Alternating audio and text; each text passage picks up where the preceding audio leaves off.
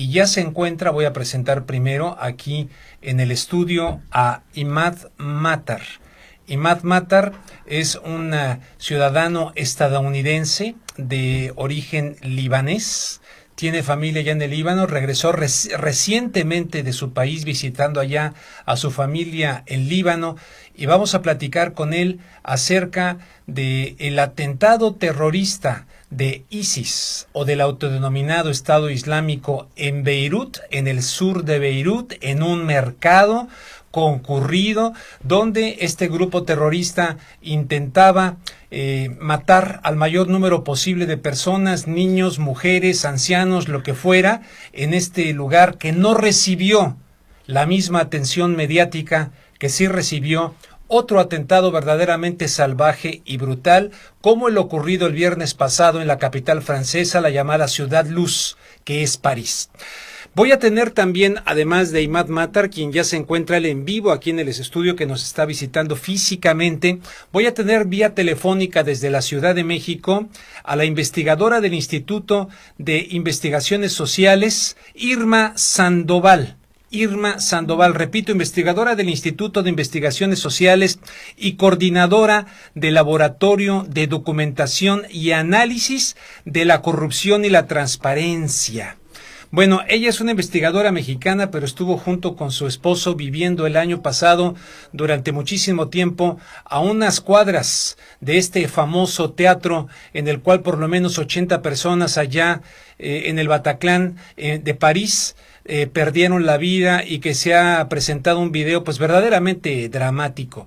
Entonces ella estuvo viviendo por allá y tiene muy fresca, muy sensible pues, y en su calidad de investigadora, de gente comprometida con los derechos humanos y con muchos otros valores de la democracia, pues vamos a platicar con ella también acerca de su testimonio y de cómo recibió esta noticia, repito, viviendo unas cuantas cuadras y habiendo convivido durante todo un año en su calidad de mexicana, en la investigación, en la docencia, en el trabajo académico allá en París. Entonces vamos a empezar un poquito con esta pregunta que me parece obligada para Imad, porque me imagino que todos ustedes se están percatando, amigos, de que nuevamente están aflorando una serie de sentimientos de personas que, pues algunas muy confundidas, otras por ignorancia, otras por quién sabe qué, pero quieren pintar con un mismo pincel a todo lo que se pueda inscribir dentro de lo que podríamos denominar el mundo musulmán. Es decir,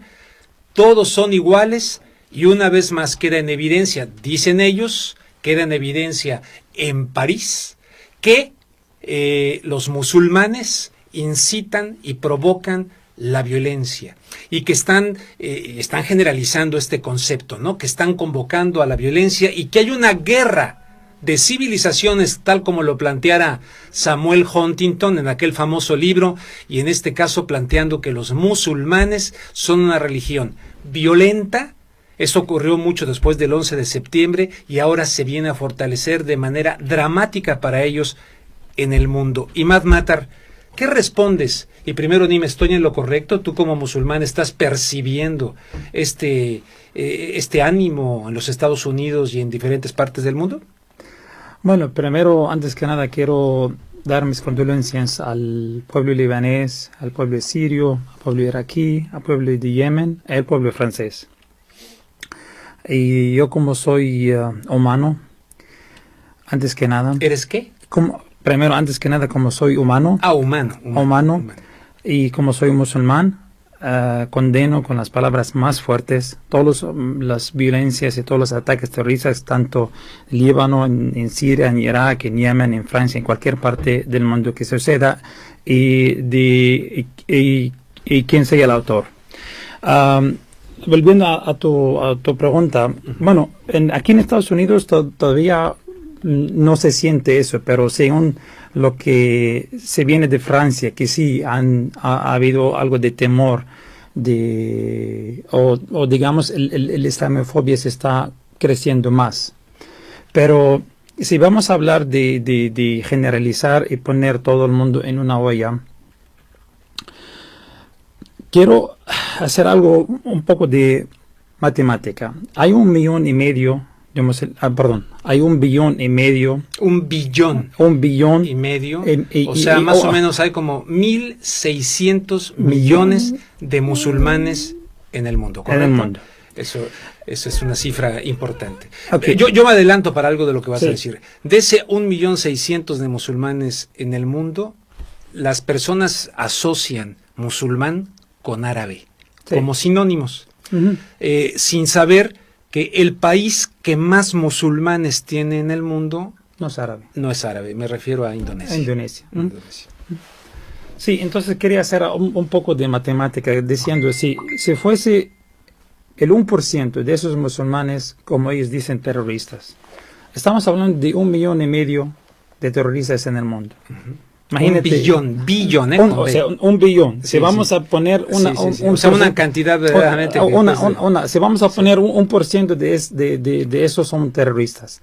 Ya estamos hablando de 1,5 millones de terroristas que hubieran hecho en el mundo. Si eso fuera cierto, estamos suponiendo. Bueno, si eso fuera cierto y estamos hablando ahora la cifra más pequeña, el 1%. Sí. Estamos hablando de 1,5 millones. Entonces, mira, si vamos, por ejemplo, si tú metes en la internet, por ejemplo, y buscas la historia de las carros bombas, donde se originó primeramente, fue en Irlanda. Sí, en el contexto de los protestantes y los católicos. Y también fue guerra religiosa. Y también fue guerra religiosa, sí, correcto. Entonces, si buscas en la historia, siempre, cada vez que tú y yo nos entrevistamos, siempre digo, hay que entender la historia para entender el presente y el futuro. Es fundamental. Y entonces, mira, es como decir, cuando el Holocausto sucedió. No culparon a los cristianos que mataron a judíos. No fue así. Tampoco fueron contra la iglesia que cristianos mataron a judíos.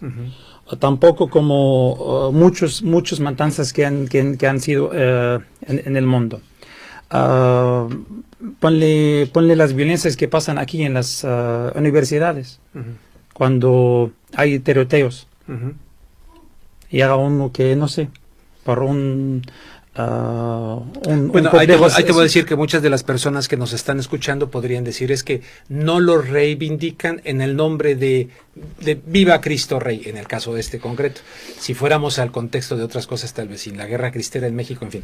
Pero en este caso, por ejemplo, se dice, ¿no?, que ahora estos terroristas de ISIS o el Estado Islámico en París, cuando entraron al teatro, por ejemplo, se dice que gritaron en el nombre de Alá o por Alá o qué sé yo. Ok, ¿no? Te voy a responder eso. Si tú vas, por ejemplo, a Echo Park, ahí hay mucho pandilla y cholo, hay mucho matanza.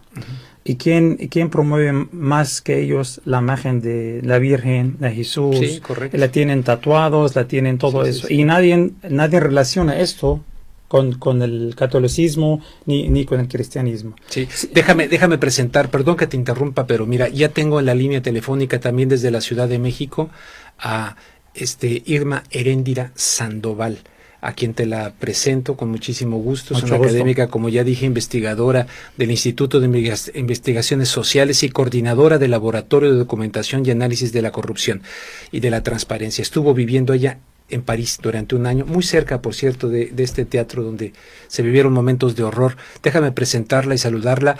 Irma Heréndira Sandoval, muy buenas noches, gracias por aceptar esta llamada, teniendo en cuenta que son 2 horas más tarde allá en la Ciudad de México que lo que es aquí en Los Ángeles.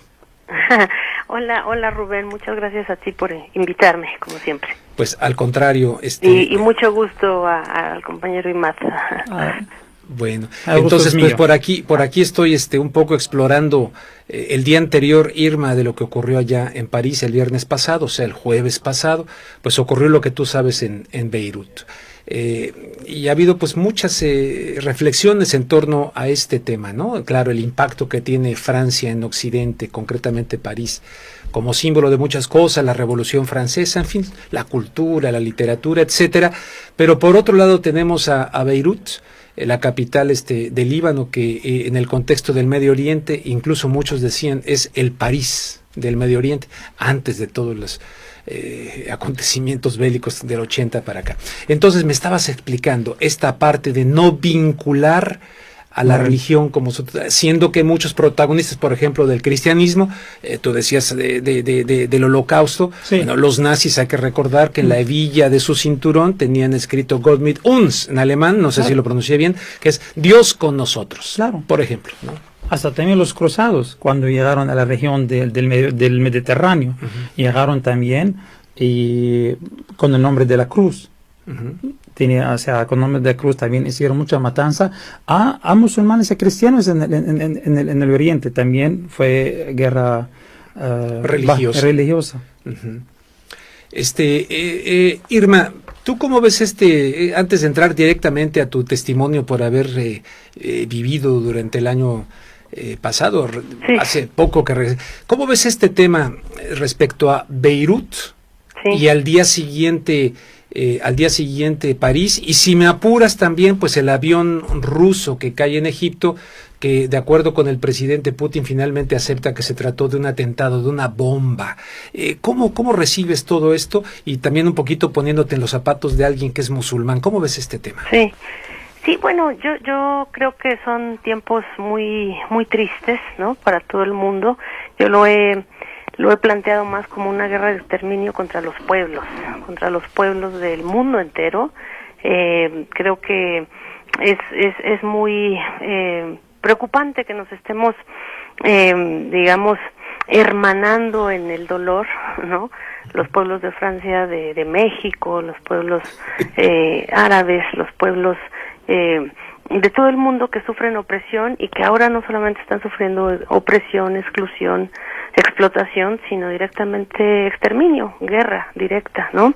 Creo que es muy importante lo que estás haciendo tú, Rubén, de poner, digamos, en perspectiva estos ataques en Beirut junto a lo de París, porque claro, precisamente nos comunica esta situación de duelo, esta situación de muerte y de ataque a los pueblos, y creo que ha llegado el momento de no sé, de inventar, de crear, de imaginar un nuevo concepto, un concepto, digamos, quizás de duelo transversal, de duelo así como en la época de los 60 hubo esta idea del internacionalismo y la lucha de los pueblos. Bueno, creo que es momento de pensar en esta idea del duelo transversal y de ver que pues lamentablemente la opresión y esa destrucción de la guerra contra los pueblos nos está hermanando en una necesidad de generar nuevos conceptos para combatir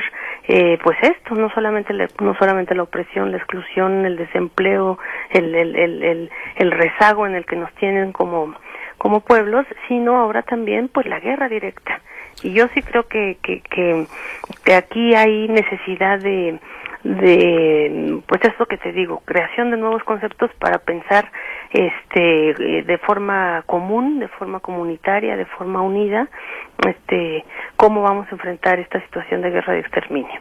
Me encanta lo que estás diciendo por la cuestión de la generación o de la creación de nuevos conceptos para podernos explicar esta realidad perversa, maquiavélica, satánica, dirían las personas muy religiosas, y sobre todo esto que estás diciendo de esta guerra transversal. Si se trata de una guerra transversal, de una guerra en contra de los pueblos, yo te pregunto, ¿quién la declara?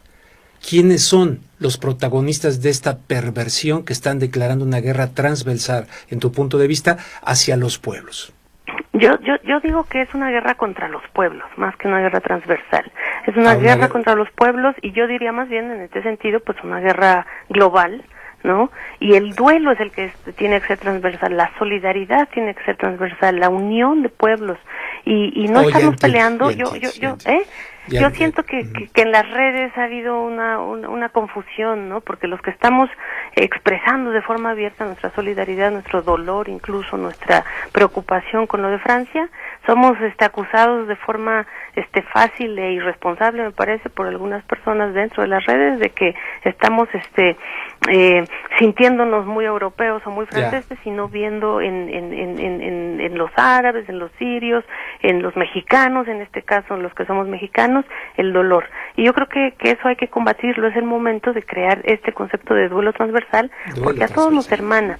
Y aquí sí ya lo aterrizo más en mi propia experiencia, que generosamente tú estás recalcando, estás remarcando en esta entrevista, de que sí conocimos el Bataclan, conocimos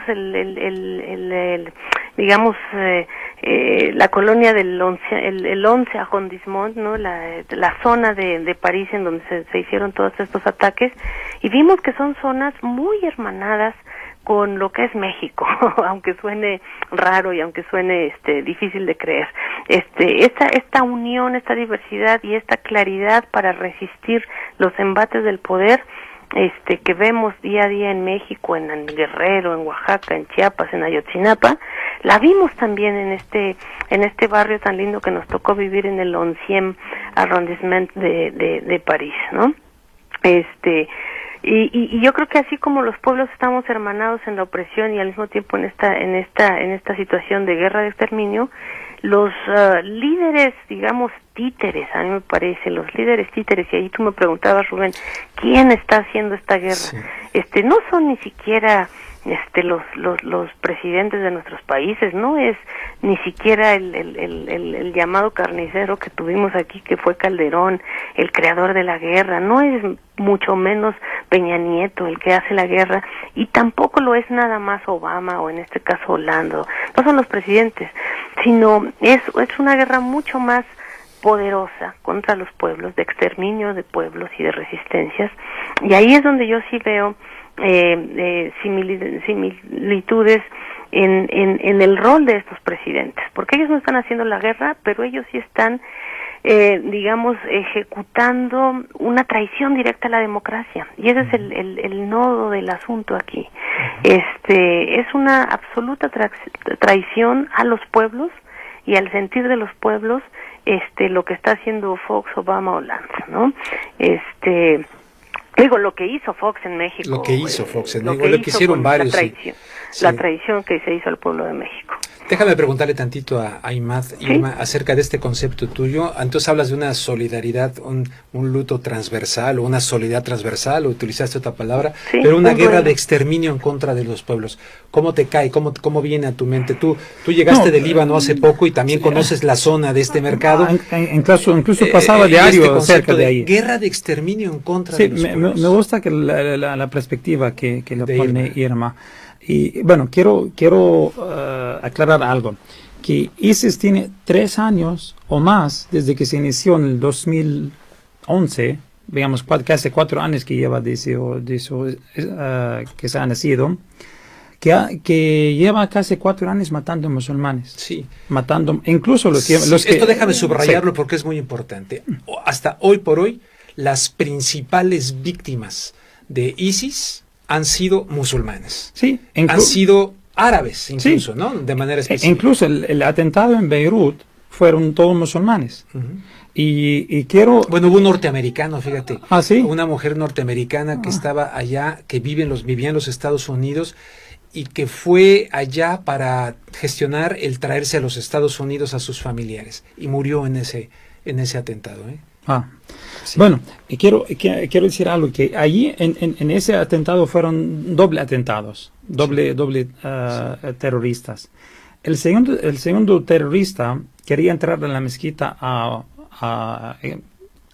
hacer la explosión mucho más grande. A una mezquita que a una mezquita, gente rezando, una mezquita musulmana rezando. Ahí en ese barrio, mira la ironía.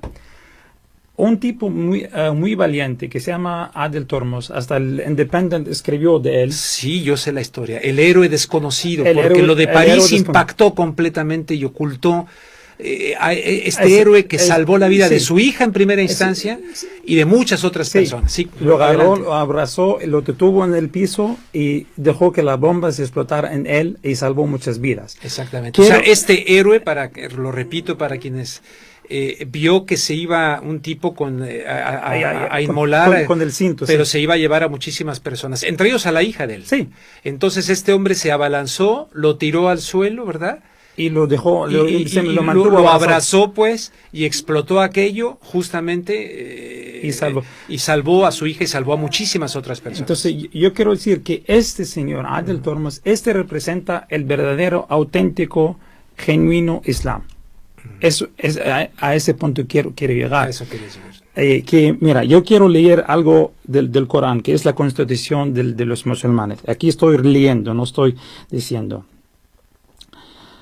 Dice, quien matará una persona que no hubiera matado a nadie ni corrompido en la tierra fuera como si hubiera matado a toda la humanidad. A quien salvara una vida fuera como que se hubiera salvado una vida. Esos son los valores del Islam. Eso es lo que yo crecí, eso es lo que yo leo, eso es lo que yo, cuando yo rezo... ¿Cómo conectas eso con lo que acaba de decir Irma, de una guerra de exterminio en contra de los pueblos? Que dices, me gustó el concepto. ¿Por qué? ¿Lo ves así también? Sí, como una guerra en contra de los pueblos. Porque hasta ahorita la gente lo está interpretando como la unión del mundo, de Putin, de todos, en contra de un grupo peligrosísimo de fanáticos que está dispuesto a ir en contra del mundo civilizado. Mira, yo me voy a prestar algo lo que dijo Joe Biden hace 2 años. Dijo, hicimos un error porque el capricho de Turquía, Arabia Saudita y Emiratos Árabes Unidos de Bashar al-Assad han criado, fortalecido y financiado a ISIS. Eso viene a lo que decía, que por capricho de querer bajar al Assad, o sea, por el capricho de querer quitar al presidente de Siria, al-Assad, de parte de Turquía, de parte de Arabia Saudita, de parte de Emiratos, de Qatar también. De Qatar, ¿no? También, pero y evidentemente hay que sumar ahí las palabras de Joe Biden. De Joe Biden, correcto, sí, perdón. De Joe Biden, correcto. Okay. Mira, ISIS, si vamos a analizar, ISIS no es hijo ilegal. Tiene padre, tiene madre, tiene escuela donde vivió, nació y aprendió. Y si alguien hace... Tiene la teta de la cual se amamantó, sí. Vamos a decirlo así. ¿Te parece bien sí. la analogía? Irma Eréndira Sandoval, desde la Ciudad de México, está diciendo lo que dijo Joe Biden acá y Matt Matar. Yo también comparto contigo lo que recientemente dijo Tony Blair, el ex primer ministro británico Tony Blair, en algo que yo creo que merece algo pues muy importante a nivel internacional.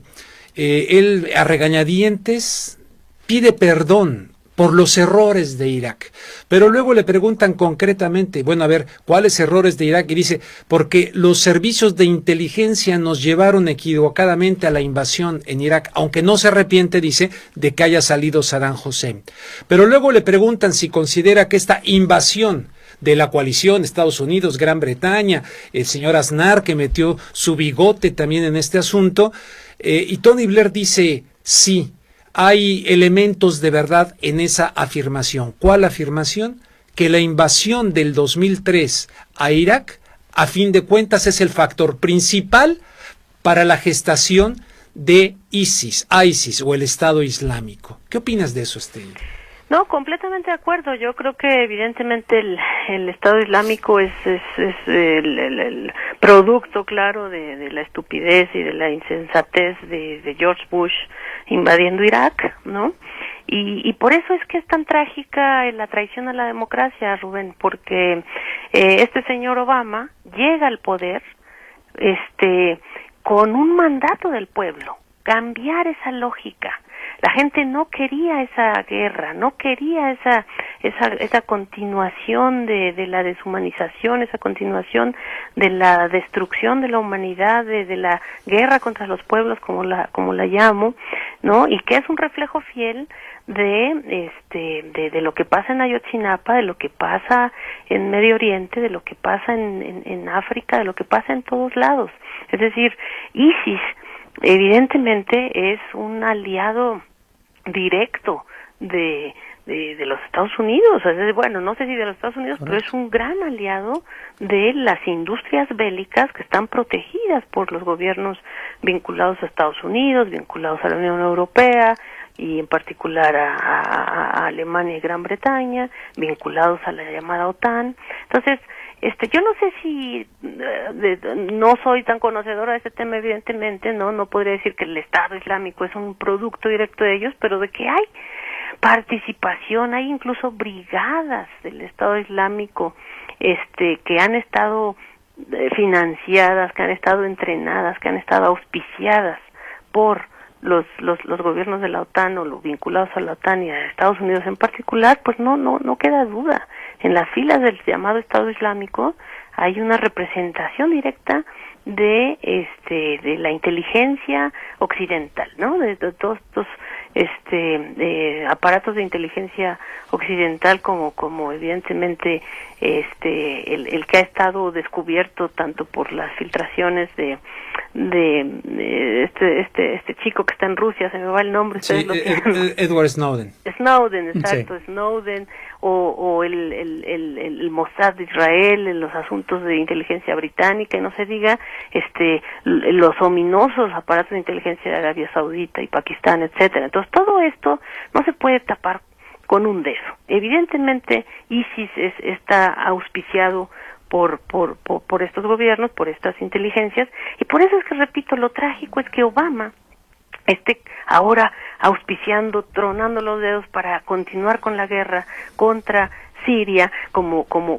Bush lo hizo contra Irak, y después saltó a Afganistán, y después se fue con Libia, y ahora Obama sigue en esa lógica destructiva, como Peña Nieto está en la misma lógica destructiva de Calderón, como Calderón siguió las lógicas destructivas y de traición que Fox generó. Y esa es la otra cuestión. Fox lo puso en el poder el pueblo de México para frenar el autoritarismo, la muerte y el neoliberalismo. ¿Y qué hizo Fox? Abrió el paso a esta guerra que nos tiene con la barbarie sangrienta que tú conoces bien, que todos padecemos en México.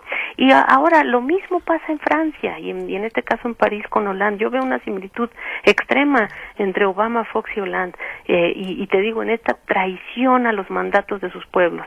Obama tuvo el mandato de parar esta podredumbre, de parar esta lógica de la guerra, y ¿qué es lo que está haciendo? Echar más más leña al fuego. Obama está continuando con esta lógica, y Hollande lo mismo. Hollande viene de un supuesto partido socialista, es decir, Hollande fue puesto en el poder por el pueblo francés para parar la xenofobia que significaban los otros candidatos. Y hoy, después de estos ataques, es muy triste porque tal parece que este jueguito les está saliendo bien, y aquí ya nada más se va a disputar el poder la derecha. Van a saber, la situación electoral se enturbia muy gravemente después de estos atentados, que además son atentados, repito, contra gente del pueblo. Es decir, no se fueron a poner atentados a los grandes restaurantes occidentales, o digamos no occidentales, pero digamos los grandes restaurantes de los inversionistas más ricos de París. Se fueron a donde vive la gente de carne y hueso, y la gente musulmana en particular, y la gente inmigrante. No fue un ataque, digamos, equivalente a lo que en el 11 de septiembre cuestiones emblemáticas como el Pentágono, como las Torres Gemelas, etcétera, sino que fue un ataque sí, exacto, en contra de la vida cotidiana, ¿no? Exacto. Estos ataques fueron dirigidos con claridad a lugares de la vida cotidiana, como dices, emblemáticos de la libertad, de la fraternidad, de la unión de las culturas, como es estos lugares, ¿no? Es un ataque también al multiculturalismo, ¿no? Que justamente en Francia está totalmente representado. Permíteme tantito, Irma e Imad, aquí en el estudio. Tengo que hacer una breve pausa en términos no de lo que vamos a presentar, es muy cortita y regreso contigo. Irma Heréndira Sandoval en vivo desde la Ciudad de México y Imad Matar aquí en el estudio. Nos quedamos con este análisis de Irma. Te voy a tomar tu punto de vista al regresar y a ambos les agrego lo que dijo inmediatamente el presidente Obama, que dijo, no lo dijo de muchísimas otras cosas, ni siquiera de los 43 y de toda esta situación que estamos viviendo en México, lo dijo exclusivamente del tema de Francia, que era un ataque en contra de la humanidad, cuando hay muchos otros ejemplos que son también un ataque en contra de la humanidad. Regreso con Irma y regreso con Imad. Entonces, Imad Matar, de lo que acaba de comentar Irma, y nada más agrego para tu reflexión dos cosas, ¿no?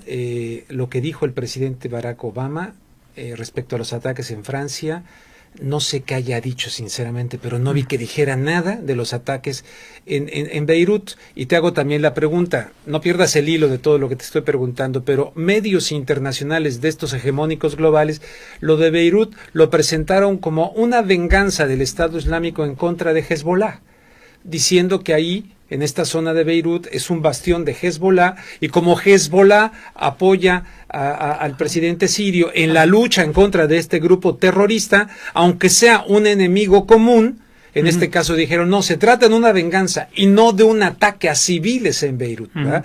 Pero te lo agrego al paquete de reflexión que te estaba proponiendo. Me acuerdo en el debate de Clinton, el Bush el padre, con el frontal de Irak, dijo algo, que el enemigo de nuestro enemigo es nuestro amigo. Supuestamente es así. Pero mira, voy a amplificar un poco de la postura que tenía Irma. ISIS no fue error, al contrario, fue con queriendo. Hasta en el libro de Clinton dice que nosotros creíamos ISIS y creíamos Al-Qaeda, está en el libro de Hillary Clinton. Wesley Clark, el general de la OTAN en la guerra de Yugoslavia, en un programa de CNN dijo abiertamente, ISIS fue creado por nuestros aliados para frenar a Irán, para frenar a Hezbollah, etcétera. O sea, el monstruito se les está saliendo de... Sí, ISIS es parte del arsenal de Estados Unidos. Es parte, enfrente, pero la única diferencia es que no le cuesta nada. No le cuesta vidas, no le cuesta dinero, por eso lo sigue, porque no le cuesta nada. O sea, con la supuesta coalición que tienen hace, no sé, un año, supuestamente bombardeando a ISIS, que es una broma, es la broma más grande que he escuchado. ¿Así de plano? Sí. Esto del bombardeo de un año en contra de ISIS, ¿tú crees que se hicieron patos? Mira, hasta han habido que los aviones se equivocan y bajan provisiones y comidas y no sé qué, armamentos, que supuestamente le iban a bajar al ejército iraquí, pero el avión se equivocó. Lo han hecho varias veces. O sea, se están ofendiendo nuestra inteligencia en eso. Volviendo a la de Francia, también todavía estoy en el mismo hilo. Sí. Francia trajo eso a su país. Holanda o Francia ha estado jugando en fuego. O sea, hay 1.500 terroristas en ISIS franceses. 1.500 terroristas hasta la cabeza, ¿cómo se llama? Fue capturado en 2012. Luego lo dejaron ir a Siria. Y saben de todo. El autor fue vigilado por la supuesta inteligencia francesa. Te voy a decir, por ejemplo, la ruta de una persona que quiere ir a viajar a ISIS. Obviamente ISIS no tiene aeropuerto. O sea, si alguien quiere ir a hacer un vuelo, no hay 3 códigos del aeropuerto para ir. Hay un aeropuerto que se llama Estambul, en Turquía. Entonces, cuando uno viaja digamos, de París a Estambul a otro aeropuerto, Kilis, Antab, y luego pasa 3-4 aeropuertos a llegar al supuesto Estado Islámico. Y ningún fuerza de inteligencia lo captura. Al contrario, lo dejaban ir. Cuando el ministro de Exterior da número exacto, dice, en este año salió 422 no sé qué, cuántos, cuando dan los números exactos, tú sabes exactamente qué están yendo a Siria. Cuando vuelven a Siria, no van a volver como fueron, van a volver saturados de ideales brutales, de matanza, de terrorismo. Entonces, el presidente Hollande, en la póliza que tenía, él trajo eso a Francia. Y para mí, el primer culpable de lo que pasó en Francia fue el presidente Hollande y los anteriores. ¿Tú estás de acuerdo con eso, Irma? Dominique de Villepin y Laurent Fabius, el ministro de Exteriores anteriores. O sea, Nomás permítanme. ¿Sí? Laurent Fabius se encontraba a menudo en Turquía, en la frontera con Siria, daba órdenes, llegaba con maletas de dinero para la supuesta moderada, para la oposición moderada. La oposición moderada de Siria. Los terroristas buenos. Los terroristas buenos, sí. Los que matan a balazos, no con cuchillo. No con cuchillo. Mejor dicho. Irma, ¿qué opinas de esto que dice Imad Matar? Sí, completamente de acuerdo. De hecho, hay un artículo escrito por Jean-François Bayard, que es un profesor experto en estas cuestiones de la diplomacia. Lo publicó ayer en Liberación, y se llama el retorno del boomerang. La llegada del boomerang a Francia, ¿no? Yo creo que evidentemente es como disparar al cielo, ¿no? Y esa es pero por eso mismo en estas cuestiones, pues sí, es culpable Hollande, es culpable la administración de él y sus administraciones pasadas, pero los que pagan el precio somos los de abajo. Sí. Los que pagan el precio siempre somos nosotros. Sí. Siempre son los pueblos, siempre son las personas de izquierda, siempre son los pensadores, siempre son las culturas que resisten. Y eso es lo que me parece trágico y triste. Es decir, eso es lo que tenemos que empezar a construir en términos conceptuales, en términos políticos, en términos de praxis y de solidaridad transversal, como te decía, nuevas formas de unirnos, porque no nos vamos a poder estar peleando con, pues, entre hermanos, ¿no? Como funcionaría para el poder, sino al contrario, tenemos que hacer alianzas, pues mucho más claras para no pagar el precio nosotros. Sí. Oye, Irma, en este contexto, ahorita voy contigo, Irma, en este contexto, ¿qué opinión te merece el hecho de que el gobierno de Enrique Peña Nieto haya mandado iluminar edificios y monumentos mexicanos, entre ellos el edificio a Ignacio Zaragoza? Eso es lo que iba. Por ejemplo, tú decías, Rubén, que Obama dijo que esto de París era un ataque a la humanidad, sí. y no lo dijo para ningún otro momento, no para Siria, no para Beirut, no para Palestina, pero no vayamos tan lejos. Obama está en su locura de decirlo porque le beneficia a sus industrias bélicas, le beneficia a sus jefes, que son las corporaciones, porque él no es más que un títere de las corporaciones. Pero lo que es inaudito es que nuestro país, la Cámara de Diputados esta noche está iluminada por la bandera mexicana. La bandera francesa. La bandera francesa, discúlpame. Sí. La bandera francesa. Cuando no se iluminó de la bandera mexicana con los 43, cuando nunca se ha hecho duelos nacionales con los 43, y cuando nunca y no solo los 43, sino los que siguen pasando y pasando. Apenas la semana pasada en Tixla hubo muertos, en Oaxaca, en Chiapas están los muertos. Entonces, pues Obama puede decir, ahora sí como dicen en México, puede decir misa, pero que Peña Nieto y todos estos hipócritas vinculados al crimen organizado que son los gobernantes en México digan la hipocresía idéntica a la que dice Obama, es aún más reprobable, me parece. Sí, pero ¿cómo generar conciencia de todo esto cuando los grandes medios globales hegemónicos tienen una narrativa que son matrices y generadores de opinión pública en el mundo, donde logran cohesionar muy fácilmente en torno a lo que les interesa? En este caso se concentró, evidentemente tengo un profundo respeto, tengo de hecho mis visitas como turista, no viví como tú, pero vaya, me encanta ir a París, las veces que he podido estar ahí me emocionan muchas cosas de su historia. pero evidentemente no pierdo el concepto del poeta libanés Gibran Jalil Gibran, que decía toda la raza humana es mi tribu. Eso decía Gibran. Entonces justamente habla Irma de esta cuestión de una guerra en contra de los pueblos. Gibran, libanés, decía toda la raza humana es mi tribu, pero no vemos que esté pasando eso, Imad. Sí, en hecho, cuando yo primero dije que como soy humano, o sea, primero lo condené como soy humano antes de ser, porque nosotros cuando nació la humanidad no había ni judaísmo, ni cristianismo, ni islam. Nacimos como humanos. Como humanos. Nacimos como humanos. No más que la prensa y el poder de la prensa.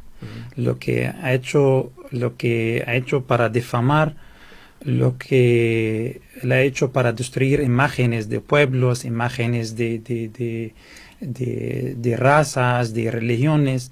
Así es que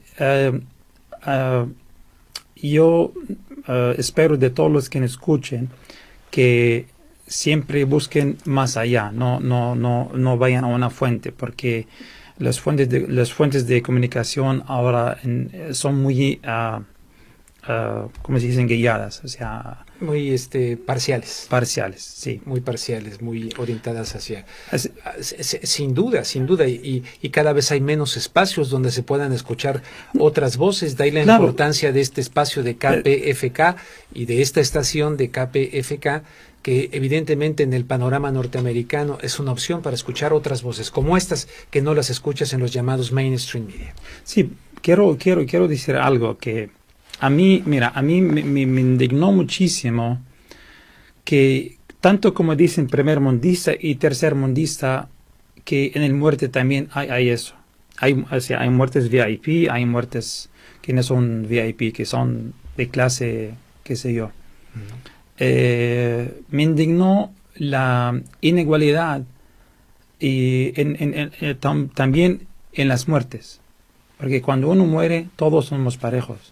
Nadie va a ir a una mansión, va a ir a la tumba es tumba, la misma medida de todos. Sí, como el ajedrez, ¿no? Cuando termina el juego del ajedrez, el rey y la reina, los peones, todos van a la misma caja. A la misma caja, sí. Entonces, la atención que ha recibido, obviamente, nuestras condolencias con todos los pueblos, pero también hay muchísimos que se mueren en términos diarios, en Palestina, en Siria, en Irak. Bueno, en Yemen, la mayoría de la gente no sabe ni que Yemen existe, ni dónde queda Yemen, ni qué está pasando en Yemen. Ya van varios miles y miles de muertes. Miles de muertes en Yemen. Y nadie se le va a ocurrir poner en su perfil de Facebook la bandera de Yemen. Sí.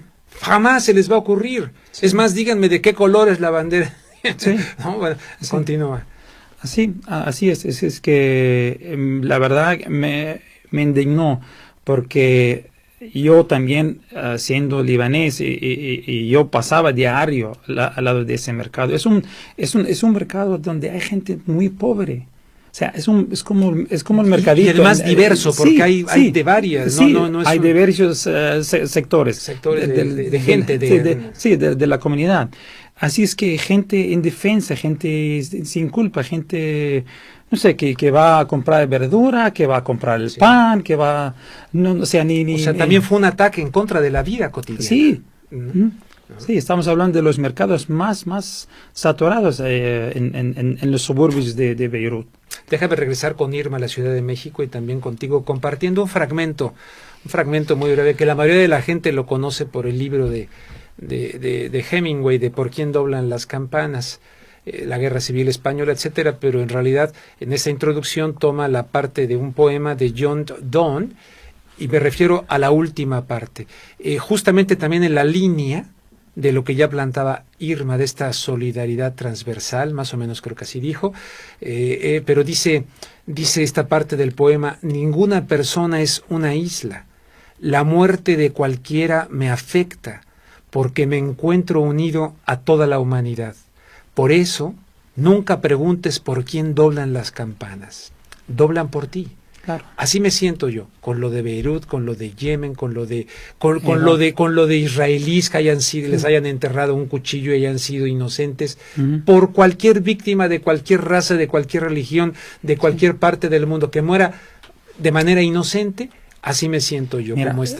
Mira, Dios nos dio la vida, Él solo tiene el derecho de quitarla, solamente. Nadie en este mundo tiene el derecho de quitarla. Dios nos dio la vida, Dios no las quita. Irma, adelante en la Ciudad de México.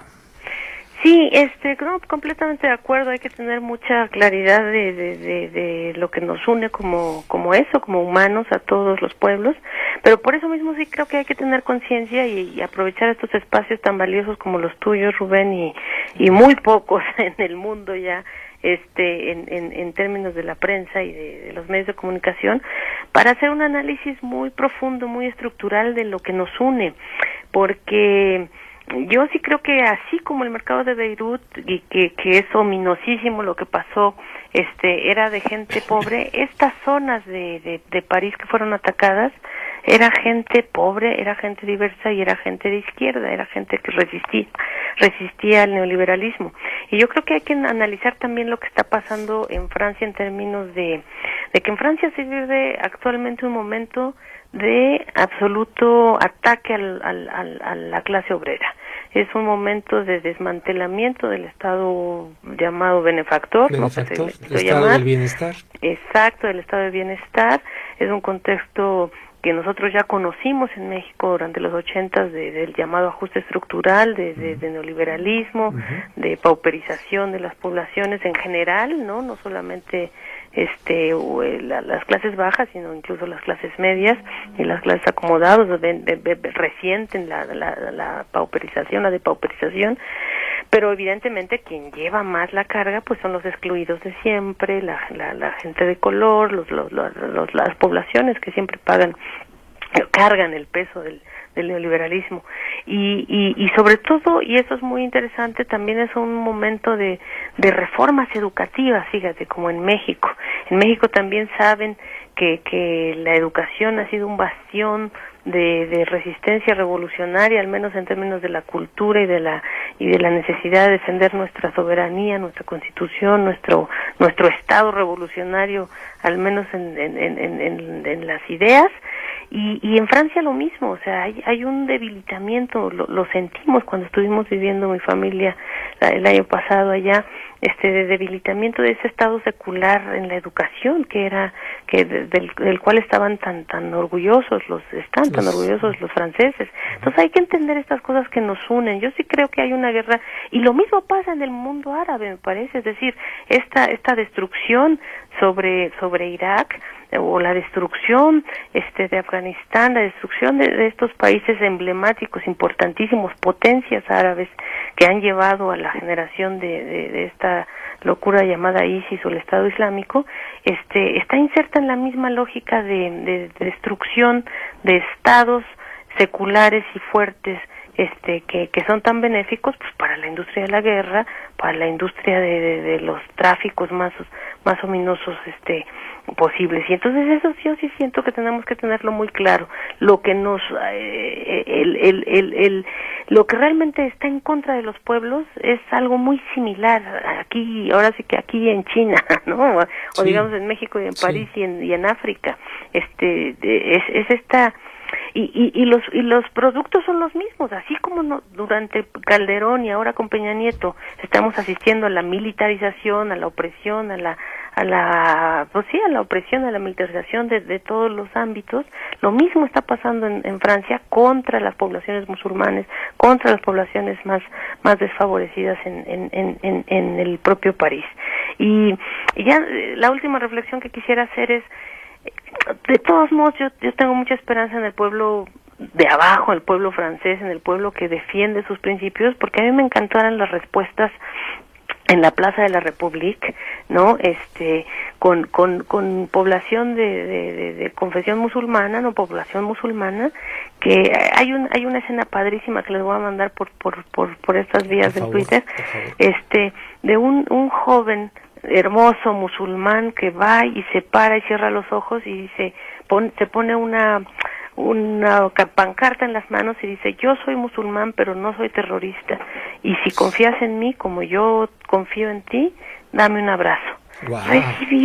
Recibió 700 abrazos. ¡Wow! ¡Qué lindo! Y llora la gente y está ahí parados 7, 8 horas en la Plaza de la República y la gente se formaba para abrazarlo, de todos colores, de todas religiones, de todas edades.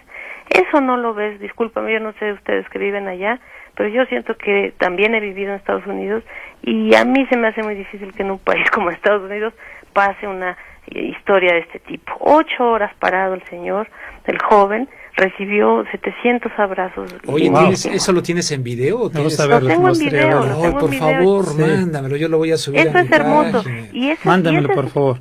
Esa es mi esperanza en los pueblos, y no solo en el de París, esa es mi esperanza en el pueblo de Tixla, en el pueblo de Ayotzinapa, en el pueblo de todo el pueblo, la gente que sabe que nos hermana algo más que una religión, algo más que una ideología, algo más que nos hermana la humanidad. Y yo creo que esa esperanza hay que tenerla viva, ¿no? Porque nos la quieren destruir a golpe de bombazos, a golpe de represión, a golpe de militarización. Sí. Y de paralización, porque yo no sé si están aplicando la doctrina del shock de Naomi Klein, pero la gente está completamente asustada, sintiendo Así que se es. pierde la esperanza, ¿no? Así es. ¿Para dónde te vas? Se me agota ya el tiempo, Irma, entonces aprovecho para, si quieres ofrecernos una conclusión, y si me haces favor de repetir estos conceptos para que se nos queden bien grabados que manejaste al principio del programa, de esta solidaridad transversal y de la guerra de exterminio. Dijiste algunas otras cosas, pero tu conclusión de esta noche, y te agradezco de antemano que hayas aceptado esta invitación. No, pues muchas gracias a ti, Rubén. Yo creo que es lo mismo. Tenemos que tener conciencia de que esto es una guerra de exterminio contra los pueblos, que está inserta, a mí me parece, en el corazón de la lógica neoliberal. Es el neoliberalismo lo que nos está destruyendo, y el neoliberalismo hoy es guerra. La guerra es un negocio bastante que da rédito, redituable, y no solamente en términos de las armas, no es nomás que construyan, vendan y nos llenen de armas, sino tiene muchos engranajes el asunto de la guerra, y los más ominosos los estamos pagando siempre nosotros, los de abajo, y en México los estamos pagando con el tráfico de personas, con el tráfico de órganos, con el tráficos ominosísimos vinculados al negocio de la guerra, más las caritas menos horribles, pero que son igualmente desastrosas, que son las construcciones de infraestructuras, las construcciones de grandes corredores industriales y las construcciones de grandes carreteras, y eso es parte también de un negocio que está inserto en la lógica neoliberal de fomentar guerra a base de dominación y de exterminio. Entonces yo sí creo que hay que tener claridad de que es un asunto político. Irma, te agradezco muchísimo tu participación y espero que no sea la última, sino que pronto podamos hablar nuevamente contigo. Vaya, un abrazo desde Los Ángeles para ti y para todos mis paisanos allá que nos escuchan en la Ciudad de México. Muchas gracias. A ti, Rubén, un abrazote. Gracias. Saludos a Matar. Gracias. Y Matt, tu conclusión, nos quedan 2 minutos. Ok, mira, hoy leí algo que me gustó mucho, que dice que no sé quién es más cruel y más criminal, el que vende las armas o quien las compra. Así es que si vamos a buscar, a fin de eso tenemos que buscar la fuente. Y quiero decir algo, si tú quieres pelear y acabar con ISIS, no puedes pelear a ISIS, estás aliado con Arabia Saudita, Qatar y Turquía, porque ellos son la base fundamental, que de ISIS. De ISIS. Y en Arabia Saudita, pues ha habido ahí, ¿cómo se dice esto de cortar cabezas y todo, y nadie se escandaliza? En este año 200 cortando supuestamente de su ley, sí. Igual a ISIS. Bueno, y Matt, pues te agradezco muchísimo. Un placer. Muy buenas noches. Gracias por venir aquí.